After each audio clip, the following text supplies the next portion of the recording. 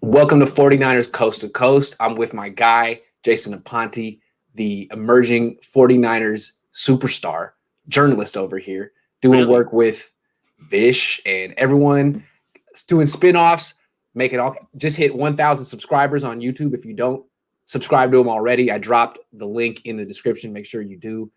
Jason's the man. Last week's show was terrific. This week's show is going to be good too, although I'm keeping some secrets from Jason.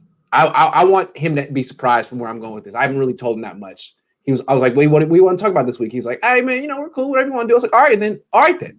So, Jason, what is it? Famous last words of I'm taking over. You're gonna see where this goes, but I think you're gonna like it. But let's build up slowly. Let's start with the Minshew stuff because that kind of like grounds the discussion. What do you think of Minshew?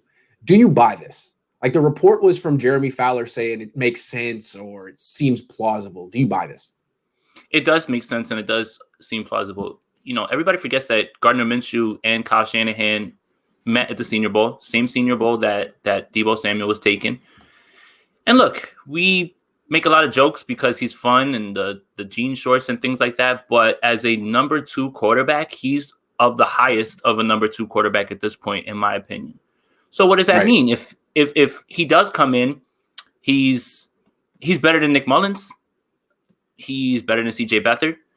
And would it be such a bad thing to maybe light a little bit of a fire under Jimmy Garoppolo? Not that he needs it. Not that that's something that, you don't ever want to bring in competition to get somebody to raise their level of play or their effort. But I'll tell you this, if I'm him or if you bring in someone behind me, I'm going to start working a little bit harder if I wasn't. And there's nothing wrong with that. So 1, it makes sense from the connection with Kyle. 2, it makes sense because with all the talk about upgrading the backup quarterback position, I don't know that you probably have anybody left that is a backup upgrade. It would just be Minshew at this point. You swung and missed on Dalton. You swung and missed on, well, not swung and missed. You missed out on them. There's no indication that they were in on them. But right. Minshew's fine as a number 2 quarterback. Honestly, being in Jacksonville puts a lot of stink on him. And yes, there's some bad tape and some bad throws out there, but there's some good stuff on there as well too. So, I mean, again, as a backup quarterback, I don't have an issue with it. I really don't. As an upgrade to Jimmy Garoppolo, that I don't think is true. That's just my opinion. See, What I don't like about Minshew as a backup is that to me, if they were to sign him or trade for him, they'd be trading for him. That to me would signal that they're not going to be drafting a quarterback in the top 3 rounds or maybe at all. And I feel like that's a waste. That's a missed opportunity. I think they should be drafting a quarterback and that should be their backup. They're looking for an upgrade. That's what I want. Yeah, like why would you? It's like well, we can't get the quarterback we want in round 2, and whoever we get in round 2 won't be as good as Minshew. You don't know that. I mean, a guy in round 2 could have some upside. I would be more interested in them taking a quarterback in either one of those 2 rounds than trading for Minshew. That's all I'm saying. What do you think? I mean, how do you feel about that? You're absolutely right. Listen, with everything that the 49ers have done in free agency, they've kind of put themselves in a spot where number 12, you can do whatever you want. I just don't know what they're going to do. That's it. Right. It's less about that, but you've opened yourself up and you haven't tipped your hand to what you can do. You want to take a quarterback at 12? Do you want to try to move up? You can. Do you maybe want to trade back, get some picks, and still take a quarterback later on, no matter who that is, to be a backup? You can. That's the best part of what they did in free agency, and that's really what I loved about all those moves. I know that I saw a lot of people saying, well, they're bringing back guys that were on the team, so it's not. But honestly, there's no glaring hole on this team right now going into the draft. So now you put yourself in a position where at 12, you can do whatever you want, whether that's move up, move down, or stay at 12. I don't know. But all of those things are on the table. Yeah, and any position is on the table. And the way I interpret that is quarterback's on the table. That's the way I look at it. The Niners have addressed everything. They don't have to get a corner. I mean, they're paying 2 corners about $5 million this year. They're not going to pay him to be on the bench. That's not the plan. So if they want to take a quarterback and sit him on the bench for a year, and see how Jimmy Garoppolo does. If he rebounds, then you can trade this young quarterback. Or if Jimmy Garoppolo doesn't, then you get rid of him and give the team to the quarterback next year. To me, I think that's got to be the plan. And I think this Minshew stuff, like, I don't put much weight into it. I think it's people who are smart, putting the pieces together. You can see it from the Senior Bowl. It makes sense. But I don't think Kyle Shanahan and Mike Shanahan are really going to tip their hand. No one knew they liked CJ Beathard before they drafted CJ Beathard. I think they're going to, I'm guessing they're going to draft a quarterback, and the smoke behind the Minshew, Dalton, the Trubisky was maybe just smoke. Counterpoint. Can I play the other side? Of course. Okay. Yes. So with this roster, even with all of the injuries last year, you could see that if there was any sort of consistent backup play, i.e., turn the ball over 2 times instead of 4, right? How many more games would the 49ers have won? And they probably would be in the playoffs. So there is an argument to be made that if Gardner Minshew is there, and unfortunately they don't do what I want, which is draft a quarterback in the first round, let's say something happens, knock on wood, to Jimmy Garoppolo, now Gardner Minshew might be able to win you those games that Nick Mullins couldn't, and you're still in the playoffs. Does that make you a Super Bowl contending team? No. But I feel like after watching Nick Mullins and CJ Beathard kick away games, that's kind of what the thought process might be. Of course. I just feel like the 49ers should be looking for a backup who has the potential to be the starter in 2022, ideally. And I don't really think that's Gardner Minshew. I think he'd be a notch below that. You know what I'm saying? For sure. So if they could get a quarterback in round 1 who they feel like had that potential to be the starter in 2022, perfect. Even in round 2. And I really got to feel like that's what Kyle and Mike want to do, unless they're really conservative in their roster building. David Sir says possible the Niners knew that the Packers weren't restructuring Rodgers and that their quarterback is to get him. That is out there. Possible. There's chatter, murmurs. I've heard this. People believe that next year that Aaron Rodgers will be the quarterback. I still haven't, I guess, recovered from all of the quarterback speculation from this year, so I won't get into whether Aaron Rodgers is going to be there for 2022. But I will tell you this. There's talk about it. There is, in a lot of circles, and I've heard it. Can you explain it to me? They're not restructuring his deal? So they're not restructuring his deal or anything like that. They're not extending him in any way. But again, all of this ties itself into... as opposed to the Falcons and Matt Ryan, who just did that, right? Correct. They just did that. Okay. The thing is this only works if Aaron Rodgers completely pushes his way out. So again, you can't speculate on something unless the player does something. So I can't tell you what's going through Aaron Rodgers' mind. I just know that it's been spoken about. I've heard it from other people and things like that. So it's not out of the realm of possibilities. But again, best laid plans of mice and men. You thought you were going to get Kirk. I hope this isn't the plan. I really hope this isn't the thinking. Can we stop ignoring it? Yes. Okay. I hope this isn't the idea. I hope this isn't the plan where it's just we're waiting for Rodgers. No. Stop trying to predict the future. Yeah, stop doing that. Stop doing that. Stop. You don't know what's going to happen. Stop doing that. You could wake up, the day before you think Aaron Rodgers is going to be, requesting his trade, and he's going to say, I'm staying. I'm not leaving. And now what? So go in the draft and get your guy already. Stop messing around for me. Okay. So now I don't really buy the Minshew rumors. It's possible, but I feel like the Niners have set themselves up to draft a quarterback in round 1, and I think there's probably one in particular that they're targeting. And I feel like I had an epiphany this morning on who it is. And I say this as someone who kind of predicted the CJ Beathard thing. In 2017, I had him in at least 2 of probably 17 mock drafts. So I was aware of CJ Beathard, and I had watched his film, and I realized, look, I mean, his highlights are him under center doing play action, rolling right, rolling left. It's like the 3 things that the Kyle and Mike Shanahan brain trust need to see. They need to see you turn your back to the defense. They need to see you throw rolling right. They need to see you throw rolling left. If you can't do those things, they feel you don't fit their offense. So Beathard did it. I could see the fit. I thought they'd take him in round 6. They took him in round 3. I feel like the 49ers, or those 2 in particular, reduce quarterback scouting almost to those 3 things. Obviously, there's more. But if you can't do those 3 things, I think they're turned off because they feel like they can't run their system. So do you think there's something to that? And if so, do you know where I'm going with this? I do. Here's the thing. Traits-wise, I can kind of see exactly what Kyle likes. In structure, on time, things like that. That's really what he liked about Kirk Cousins. Remember, the RG3 thing was Dan Snyder getting in the way. And Kyle had to make it work, and they did. Offensive Rookie of the Year, they made it work. I think that Kyle wants a quarterback that can sometimes bail him out so he doesn't have to be 100% perfect. It's got to be straining on you to every single play call say, I have to pick the right play because I'm not confident in this A, B, or C. sometimes you want a quarterback that you call a play, maybe it breaks down, but they make a play for you. And that's really what I think he's looking for. Not necessarily an athletic or mobile quarterback, not that at all. Just a guy who it doesn't have to be the exact straight perfect play call, but the quarterback can make things happen and lift up anything that happens on the play. And I think that's part of it as well too. But he does want somebody who can go through his progressions and read everything as well too. And I like he uses the word computer a lot. That's really what he's really looking for. But who has that mind? Who has that in the draft? So I'm interested to hear who you've come around to thinking that it's him. Well, I keep coming to 3 traits that I feel like Kyle Shanahan values more than others that he's looking at. It's like, it's not just all those things. It's also, he looks at the ability to turn your back to the defense as almost like a trait. It's something that not all quarterbacks are comfortable with and isn't necessarily coachable. And I feel like the reason I was so confident he wasn't going to take Watson or Mahomes is because they were in the gun in all of college. And Kyle would just say, look, how can you expect me to spend a first round pick on a quarterback that's going to be doing something in my offense that I haven't seen them do in college? I just haven't seen him do it. That's what I could hear him saying it.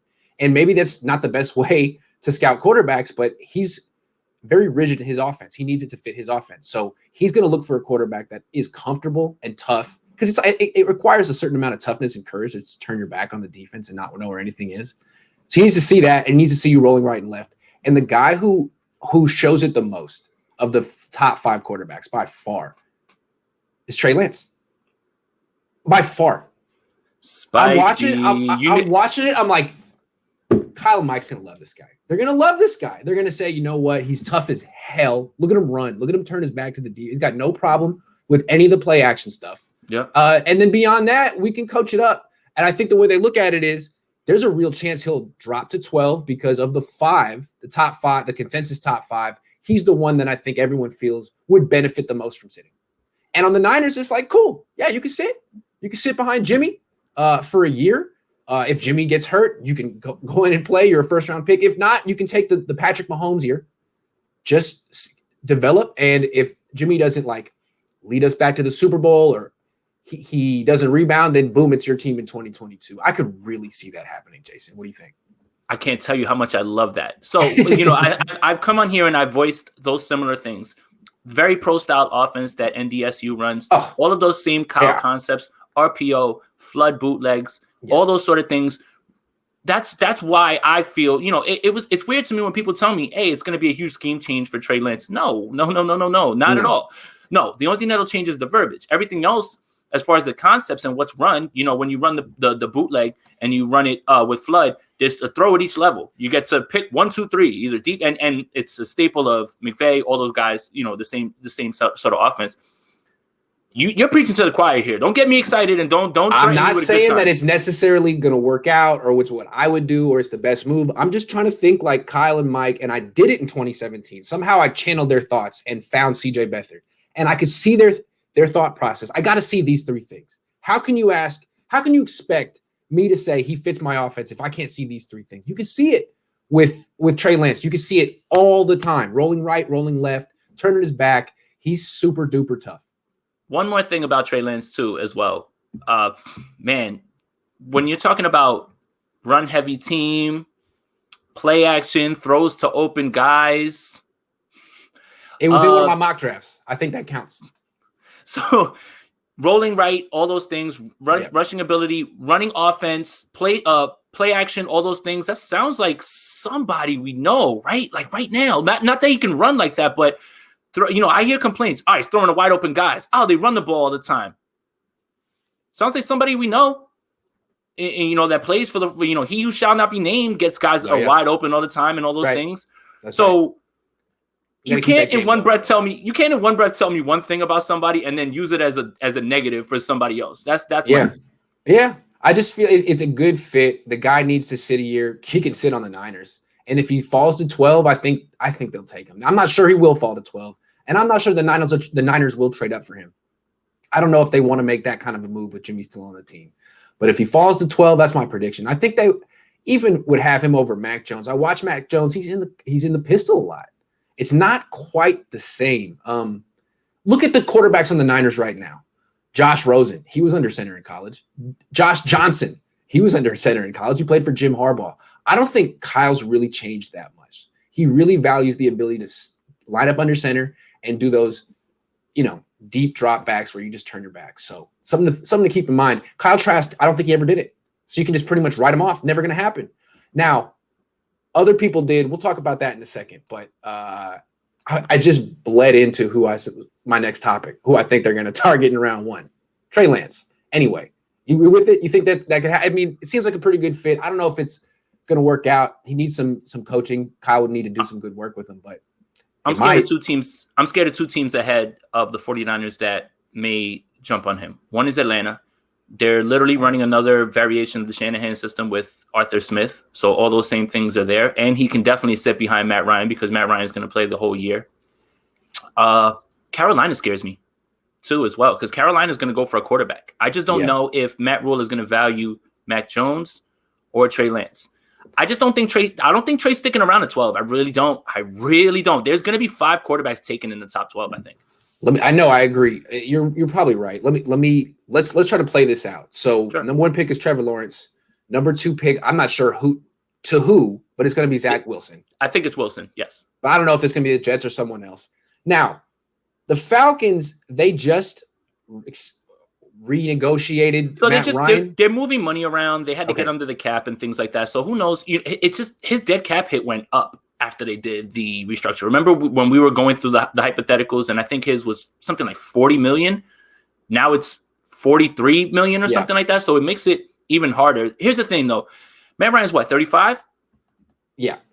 He's probably got a good solid 4 more years left in him. So there may be a team that if the cap goes up will look at him and say, you know what, bring him on. Let's do a team that's close, right? A team that needs that needs a quarterback, veteran presence, a guy who's been in big games.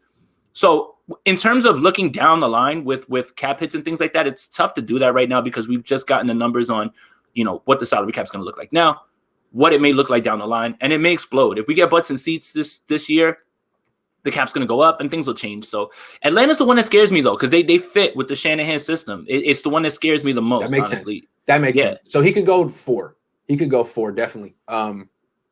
They also could take Mac Jones. They could. And see, someone made a comparison of Mac to Matt Ryan, and it kind of makes sense a little bit.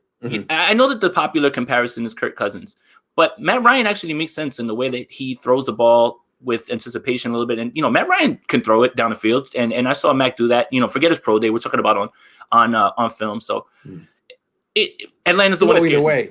Atlanta's the one that scares me. It's possible. It's possible. So you think they go quarterback at 4? I think so. Okay. So they could go. The reason is this. Roster construction and how you want to build teams is one thing, but when you see as many quarterbacks in one draft, you have to change your thought process because who knows if next year that's what it's going to be. You can't swing and miss on one of these guys now or not try for him. And then next year it's just Desmond Ridder and like Spencer Rattler and not that they're bad. I'm just saying that what if it's just those 2? What if it's just maybe 3? Now there's like potentially 4 or 5 and there's some sleepers in there that people are trying to bring up. Maybe 6, 7 guys who are going to be successful in this league. I just don't know who those other are. From the 5, I'm good with the 5. I know those guys are going to be solid in the league, with that high ceiling for most of those guys.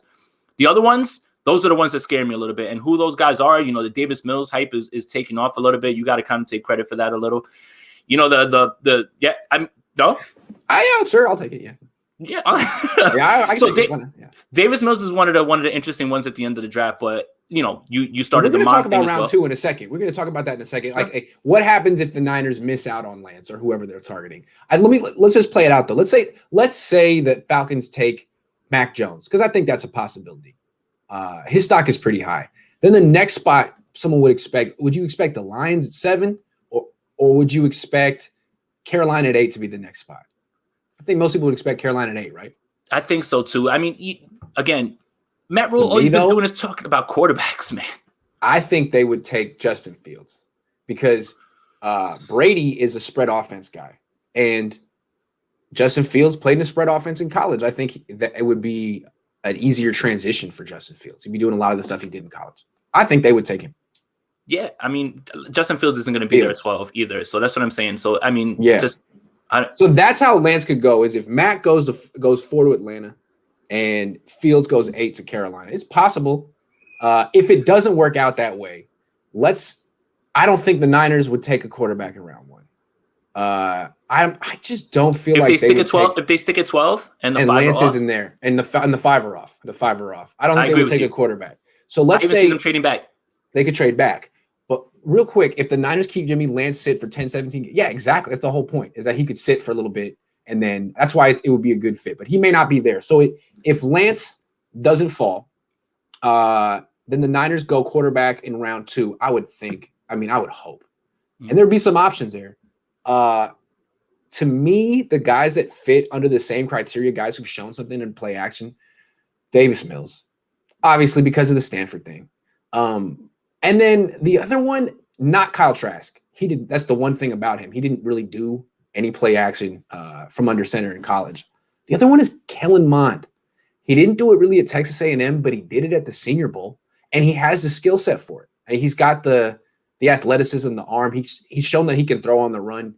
I'm interested about him. He played well at the Senior Bowl, and the Niners have placed a lot of emphasis on Senior Bowl performances the last 2 years. So I think those would be the options: Mills, Mond in round 2. You feel anything about that? I mean, I've talked to you about them before. Yeah, in round 2, would you like that? Mond, I don't think will be there in round 2, but if he is, yes, I feel fine with that. That's fine in round 2. Where do you think his stock is right now? It's hard to tell. I think Chris Sims has put him up there, man. I think that you're going to see a team try to take a swing on him in the first round. Hey, man, if Jordan Love went 25, I can see it. That's what I mean. What I mean. Yeah, that's what I mean. And it depends on, it'll probably be a team that's contending that necessarily right now doesn't need to, throw him into the fire or anything like that. Washington. That's a beautiful call. It really is. Washington, Fitzpatrick and Heineke, and that might be a move there for them. Washington. I wonder if the Niners would trade down for him. Man, think about. Yeah, I don't know. It'd be very interesting if the Niners took Mond. I would give it a high grade wherever, because it's like I like him too, but. And you spoke it to existence. I spoke it into existence. So if they feel like they wanted to trade down to 18 to get him, fine. Also, what about the Patriots? Would the Patriots take him at 15? What do you think, Vish? Let me know. Vish said, "Oh yeah, I'm stealing all of Vish's ideas." What I originally did was just go on the phone with Vish and then just take all of his ideas and put it on my stuff. And I was like, I guess I should bring Vish on my channel and let him take credit for his stuff. But I did do that for a solid couple. I learn from Vish all the time, man. When we talk, I learn from Vish all the time. I tell him, like, stop telling me stuff, or I'm just gonna start repeating it. Yeah, exactly. All right, so I think Davis Mills, the fact that they were at his pro day, I would not be surprised if they took him in day 2. If Mond is there, yeah, but I think you're right. I wouldn't be surprised if he went day 1. If he's like the 6th quarterback that no one's talking about that sneaks into, because no one expects 6 quarterbacks to go in round 1, but it's possible. It's possible. Yeah. Okay. All right. So let's move on. Any more moves you expect the Niners to make in free agency? Yeah. One more cornerback. One more corner. Somebody solid. I'll keep saying his name until they sign him. Sign AJ Boye. Someone with some size, right? Yeah, just do it, honestly, at this point. Now you have all this extra space that you opened up with the D4 restructure, and apparently he might contribute. And so now you just need to have a certain amount of money for your draft picks. Again, if guys are taking 1-year deals with no guaranteed money and things like that, who's to say that AJ Boye wouldn't? Maybe he wants to sit around and wait to see how the market develops. But again, he's got a 2-game suspension that he has to carry out before he can play. And if it's not him, there's other people. Casey Hayward, a few other people. I think it's one more, because I like Emmanuel Mosley. I really do. Mm-hmm. But after Verrett and Mosley, it gets really hairy at cornerback. So I think you need one more solid starter who you can plug and play while having Mosley be there to either spell one of them in case of injury, or maybe even because Shark's back, so he's in the slot. That's the thing, is like the cornerback depth gets a little thin after Verrett and Mosley. And I think you would be wrong to go into this offseason with those two and Webster and Harris. I think you'd be doing yourself a disservice. Right, because you'd end up playing a lot of Brian Allen, which is not the goal. Jason Verrett and Mosley both missed time last year. They're both good corners. Verrett's excellent, but you got to count on them to miss time again next year. It just happens. And you want someone who's starting caliber to be able to fill in. AJ Boye would count. He's probably not that expensive. No. And then the safeties are good. Ward, Tart, Harris, Moore, you're fine. There. Yeah, you're fine up there. You're fine. That's what makes that Tart move so great. It just does. Mm-hmm. It's not only what he does for the defense, but I'm talking about straight up depth. You've got 4 guys who have seen the field. You're comfortable at least enough with them playing, whether, the reason that they're backups is their deficiencies or whatever, because Tart doesn't give up those big plays. Tarvarius Moore does at times, and sometimes he there's coverage lapses and things like that. But you need to have that, especially considering, look, no disrespect to Tart, but he hasn't been healthy for a full season, so you can't set your watch to what he does when he's on the field. There's no discussion. And then the same thing with Ward. So that's the thing. Now, when you're talking about cornerbacks, I think you need to bring in 1 or 2 more guys, even 1 more guy, honestly, that will be like maybe not a practice squad guy, but somebody who's a vet in the league that maybe people are just down on at this point. But you just want somebody in the room that either 1 can help these guys and 2 provide depth. Right, because if they don't do that, then it really tips their hand for the draft. Like they would have to take a corner at no later than round 3. Absolutely, sure. One of their top 3 picks. For sure. Boye, and it's got to be someone big. Got to, because they don't currently match up with DK Metcalf at all. And Spoon did that. Spoon did that. So they have to replace Ahkello Witherspoon in their rotation. He had a spot in their rotation. He matched up against certain players. It seems like they're transitioning to more of a man-to-man coverage scheme anyway. So they got to get a big corner. And it seems like if they don't get Boye, then maybe they're targeting Tyson Campbell in round 2 or Patrick Surtain in round. Maybe they just do something they haven't done in 20 freaking years and take a corner in round 1. I don't know. It's possible. But I'm scared about Surtain. Yeah, me too. I mean, he tests well. He's smart. But when you watch him, it seems like he doesn't have that burst he gives up a lot of separation, it seems like. He has the measurements and everything. The measurables, all that stuff lines up. But he's not fluid when he runs sometimes. I'm just like, man, why isn't this coming together? Yeah. I think he's a little overrated. I don't know. Sean says, does Atlanta draft a quarterback since they restructured Ryan?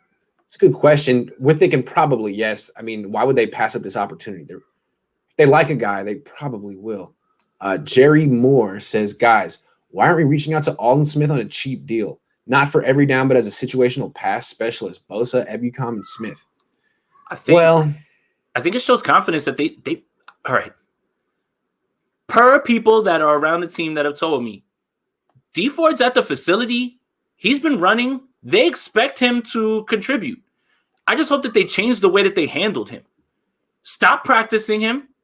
He's a game guy. Don't let him practice. Yeah. Just get him ready for the game. Let him work on the side. Is that how he got hurt this past year? Yeah, so the Chiefs managed him that way. No practice all week and work on the side, fire him up for game day and bring him in situationally. The 49ers, they want to instill culture. They want people to practice and things like that. You can't do that with him. You're going to burn him out at this point. So I think that kind of tips their hand a little bit about how they feel about what's going to happen with D Ford, honestly. And that, to me, is shocking. So here's what I'll tell 49ers fans. If you get 1 snap from D Ford this year, should be more than what you're expecting. Expect nothing and take everything that he gives as a plus. That's really where I'm at with it. To expect D Ford to be D Ford from 2019, that's wrong. I don't think you can do that. But is it possible? Yeah. But he apparently around the facility, he's there and they've seen him and he's ready to go. Those are the words. Ready to go. Wow. Let's just see if his body can hold up the contact. All right, I got two more discussion topics for you. One, I think we both see the possibility that they could have Trey Lance and Jimmy Garoppolo on the team next year. That basically the roster's set and the next move is to draft Trey Lance. Maybe a couple of moves here, a couple corners, stuff like that. But basically the roster as it is now, plus Trey Lance. How far does that go? That's a playoff team. It's a playoff That's team? an 11-win team. 11-win team? 11-7? 11-6. 11-6. 11-6. I'm sorry. 11-6. That's an 11-6 team. I see that. Again, catastrophic injuries last year. Defense still performed. Now, all things considered, everybody should be back.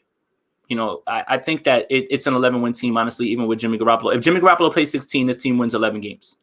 And just that's barring anything catastrophic happening with, big players on either side of the ball.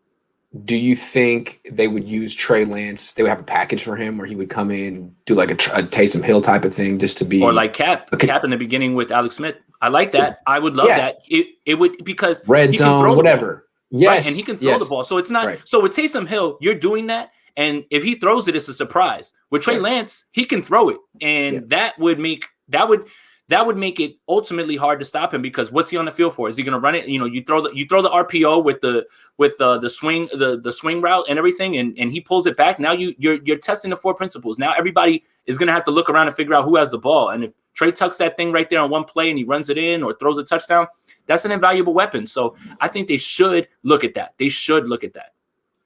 Last Second Sports is saying Trey Lance, you sure, Grant? He's a project, and Shaney isn't a fan of projects. I don't know about a project. He just needs to. I'm not. I was bullish on him just coming in and starting day one. I really ideally would like him to sit, though. Yeah, that would if he can sit 1 year, he's fine. A project is. He just lacks reps. I mean, that's why he's not ready to start. Yeah, it's not a project. And the offense he was in was very much like, yo, hit this guy right here. He's going to be open. It didn't require him to go through a bunch of progressions or ask him to. Maybe he's capable of it. I don't know. I mean, I'm not saying that he's going to turn into Patrick Mahomes on the Niners. I'm just saying I feel like this is what Kyle's going to do. He's going to go to this guy and see if he makes it work. I mean, you'll put him in an offense with a bunch of playmakers, a good scheme. We'll see if Kyle can coach him up and make him, efficient, I guess. I'm ready. I see it.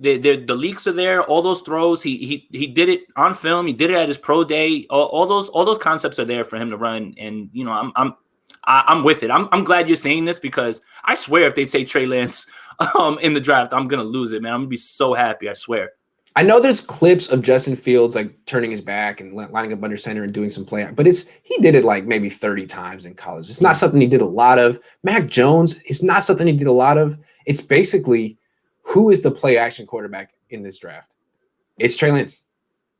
And I'm not saying that's the best way to draft a quarterback, but again, this is a play action offense, and it's probably the most pure play action offense. Mike Shanahan, man, this is his thing. They take it very seriously. They look at offense a little differently, and I think when they look at Trey Lance, they might see him as less of a project than other people. And if you listen to what Chris Sims said about Trey Lance, he didn't really have anything bad to say about him other than he's inexperienced. He had a lot of like really specific bad things about Justin Fields that I think Kyle Shanahan would agree with, even if they're wrong. The thing is that's the case with so many of them. Zach Wilson has 1 year. Fields has 1 year. Mac has 1 year. Yeah, well, so Mac has 1 year. Yeah. Those concerns with him, they don't come in with other people. It's just odd to me. Oh, that should be a concern. Point. That should be a concern for everybody. Yep. That should be a concern from everybody. That one. If you're going to throw that on Trey, yeah. If you're going to throw that on Trey, you better make sure you throw it on Fields, Wilson, and everybody else who's only had 1 year. You have to. If that's a concern for Trey, then you're concerned about something else, really. I have major reservations with Lance, mostly because of the inexperience. I mean, the only guy who's ever really pulled it off is Kyler. Even Cam had JUCO, so it's scary. And I guess he was at Florida. It's a big hill to climb. But I guess if Kyle's confident and he feels that he's the right coach for it and this is the right team for it, do it, dude. Do it, and just take a big swing and go for it, buddy. Get your guy. Get your guy, man. Whatever, just do it. But it's your ass if you get it wrong. That's your ass. Yeah, that's it. This is crucial this offseason. All right, final question. Do you think Jimmy Garoppolo will be the quarterback of this team in 2022? That's tough. I'll tell you this. Tough. If Jimmy Garoppolo puts together a season like he did in 2019, something to that effect with those numbers, and the team has success, they're probably not going to win 13 games. That's hard to predict. I got to say, yeah. Honestly, if Jimmy comes out and he balls this year and he's running the offense the way that he did in 2019, that defense is putting him in good spots. Sorry about that. And the defense is putting him in good spots to win, and he does. I think he is. I really do. I mean, it is a little telling that they haven't extended him, restructured him, anything like that. But at the same time, who could argue if that team is playing well and they want to bring him back in 2022? So for right now, I'm going to say I don't know, because it has a lot to do with what happens this year, because he's going to be back this year. It's going to happen. What happens this year? How does he perform this year? If after 4 or 5 games he comes out and looks sluggish, yeah, that might change my mind, but let's see. Yeah, I mean, it depends on where and if the Niners draft a quarterback. But if they take a quarterback at 12, this to me feels like 2017 Kansas City, where, hey, Alex, we really like you. You're a good quarterback, dude, but time's up, man. And Alex Smith that year in 2017 had his best year by far as an NFL quarterback. I think he led the league in quarterback rating. Then he went to the playoffs and did what he does, which is lose. And I think, if Jimmy does that, if he led the league in pass rating and then went to the playoffs and lost first round, dude, sorry, man. If they like Trey Lance, they might run him out the door, or whoever it is that they drafted. You have to. That's why you have to get a guy this year. You don't know. I'm not going to sit around in 2022 and after 2021 and say, all right, now let's get the quarterback. You got to have something just in case. You really, really do. If we draft Lance, do we hire a new quarterback coach, Jeff Garcia, Steve Young? Dude, Steve Young gets paid way too much money just to talk. As someone who makes money to talk, it's the best. Coaching is way harder. Those coaches work so hard. What you understand about position coaches is basically like it's way more than a 9 to 5. It's like a 7 to 9, and it's all day, and you don't make a ton of money. It's not a glamorous job. It's really hard. Jeff Garcia wanted to do it. The Niners were never interested. I never understood that. I thought he'd be decent at it. But I don't know with quarterback coaches, Grant. I don't know what do they do? What do they offer? What do they provide? They're like swing coaches in golf. They're like caddies. They make sure your mechanics are on point. Then why have so many of the quarterbacks on? Well, I mean, Scangarello wasn't here last year, but so many of the quarterbacks not good. So that's why a quarterback coach for me isn't going to be the reason a quarterback succeeds or fails, in my opinion. No, of course not. But I think there's an effect, and I think when we see some of the sloppiness from some of these quarterbacks carry over to all three, be like, well, that doesn't speak well for freaking Shane Day. Maybe that's why he's not on the team anymore. Nick Mullins is dragging his foot across, and it looks. So I'm like, what are you guys? I know that too. Yeah. Like, what are you guys working on? Like, how they would reach the top of their drop and their feet would die. It's like, why are you? What is? Why? What? Yeah. What are you practicing? That's my thing. Yep. Will Jimmy Garoppolo? Yeah. So I don't think he's going to be the quarterback in 2022. I feel like the bar, if they take the quarterback in round 1, the bar is almost impossibly high for Jimmy Garoppolo. He would have to win the Super Bowl, or at least take him, because even when he took him to the Super Bowl, it was all his fault when they lost. Like, they blame him for everything. You know what I mean? And so if he plays well and then struggles week 17, it's like, oh, well, dude, the whole team was good, but you blew it. I just feel like he has no excuses.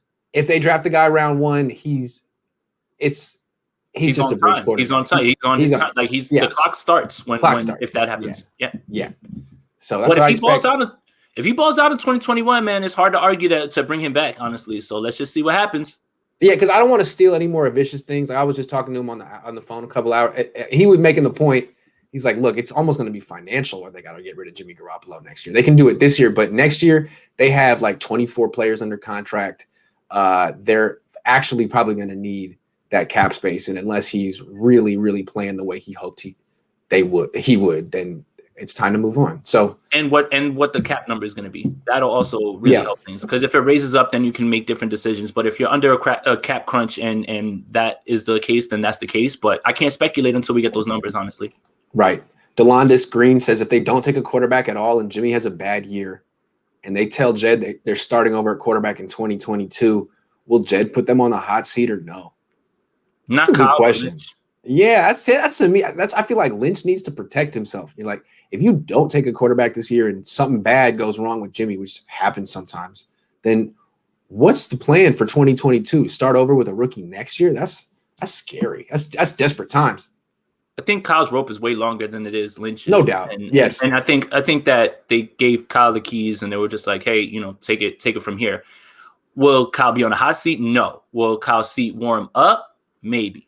But I think Lynch is the one that really stands to really be the biggest loser from all of this if, let's say, the season goes bad. Let's say the quarterback position becomes a disaster, things like that. I think it's really Lynch that is the one that should be looking over his shoulder, if anything. Yeah, absolutely. But I just feel like, I don't know, it's not necessarily from a self-preservation standpoint that they need to get a quarterback this year. It's just from good roster building. Yeah, you can't just bank on Jimmy Garoppolo to bounce back. It's fair that you brought him back for one more year. You can sell me that he was the best option for 2021, that you didn't necessarily need to create that cap space. They don't need cap space. They got everyone back that they wanted. They win with Jimmy Garoppolo. Bring him back one more year. Give him one more chance to stay healthy. Fine. But what if he doesn't? What if he gets hurt again? You can't say that won't happen. And then if that scenario happens, you're not prepared to move on in 2020. That's worst case scenario. You at least have to be prepared for a scenario that's like 50% likely. Yeah, or and at least 50%. Well, it's I don't know. I don't want to say likely because that's harsh, but I mean, it's a strong possibility. I'll say there that's it's not, because of history. But yes, the thing is when you look at who's in this class, this has to be the year for you to do this. Again, we don't know what the class is going to look like next year, and protect yourself. That's it. Protect yourself, because if, God forbid, something like that happens to Jimmy this year, then yeah, you have somebody that at least you can say, all right, if we're going to make this move, we invested in him. He's been here a year. We understand things like that. You can't go into next year trying to draft a quarterback and then expect him to be the answer. And then you're back with the quarterback carousel again. Who are we bringing in? Mitch Trubisky signed a 1-year deal. Is he coming? And then you're starting all over again with the same madness that we were doing this entire offseason. So, and it makes it harder to move on from Jimmy, because it's like, well, the next guy, he's just a rookie, or he doesn't know the system. It's like, no, get the guy in now. Let him learn your system. Get him in now. You spitting today. I'm trying, man. The whole Gardner Minshew thing just made me laugh. I was like, enough. If this is real, come on, Kyle. I want it for the memes, but yeah, I completely agree with you. The memes that we could make will be out of this world, honestly, when it comes to Gardner Minshew. I just feel like, Kyle, be a man, Kyle. Draft a quarterback. Stop running away from it. Move on. Man. Come on. Jason, man, thanks a lot. I appreciate it. Thank you, Grant. It's great as always, man. Appreciate you. All right. We'll be back same time, same place next week.